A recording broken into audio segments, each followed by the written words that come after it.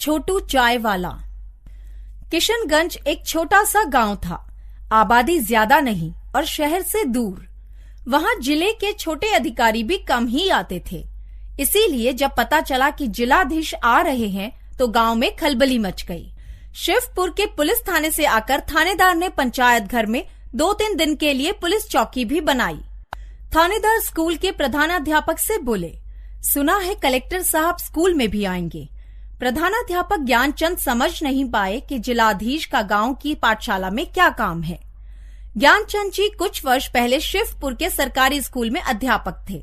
उन्हें किशनगंज में प्रधानाध्यापक का पद मिला तो यहाँ चले आए थे। कई वर्षों से यहाँ कोई भी जिलाधीश नहीं आया था। चुनाव के समय एमएलए के प्रत्याशी जरूर आ जाते थे। चुनाव जीतने के बाद उनकी सूरत कभी दिखाई नहीं देती थी। ज्ञानचंद जी स्कूल जाने की तैयारी में थे कि अचानक उनके घर के सामने 2-3 गाड़ियां आकर रुकी। पहली जीप से जिलाधीश उतरे। उनके साथ इलाके के डीएसपी थे। दूसरी जीप में बीडीओ थे और उन लोगों के साथ अन्य कई अधिकारी थे। जिलाधीश ने घर में कदम रखते ही पूछा, गुरुजी, आप मुझे पहचान सकते हैं? सच में ज्ञानचंद उन्हें पहचान नहीं पा रहे थे। हालांकि जिलाधीश की शक्ल देखी हुई लगती थी। उनकी परेशानी देखकर जिलाधीश बोले, मैं हूँ अमर, आपका शिष्य। नहीं पहचाना?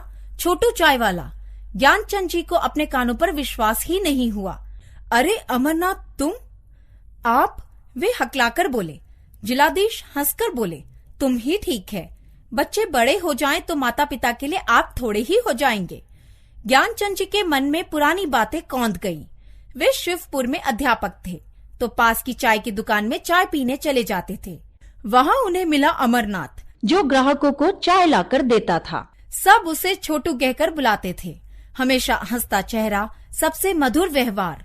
कितना भी काम हो उसके चेहरे पर शिकन नहीं आती थी। ज्ञानचंद जी को लगता था कि उसकी उम्र के लड़के घर बार की चिंता किए बिना स्कूल पढ़ने जाते हैं। बेचारे को इतनी कम उम्र में गुजारे के लिए दिन भर दुकान में खटना पड़ता है। उन्होंने पूछा, स्कूल नहीं जाते हो? वह उदास होकर बोला, जाऊं कैसे? घर की हालत ठीक नहीं है।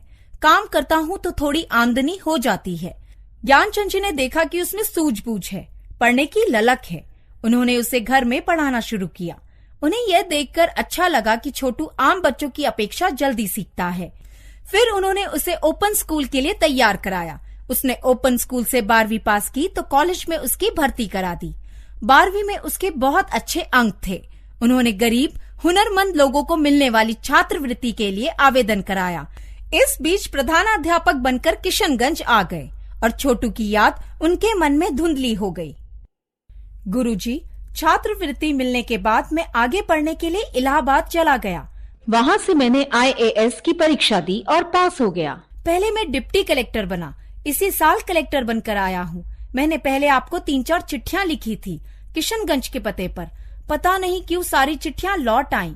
फिर इसी जिले में जिलाधीश बना तो किसी को स्कूल भेजकर आपका पता हासिल किया। इतने दिन से आपसे संपर्क नहीं कर सका, इसका मैं अपराधी हूँ। लेकिन जिंदगी भर आपका उपकार नहीं भूल सकता।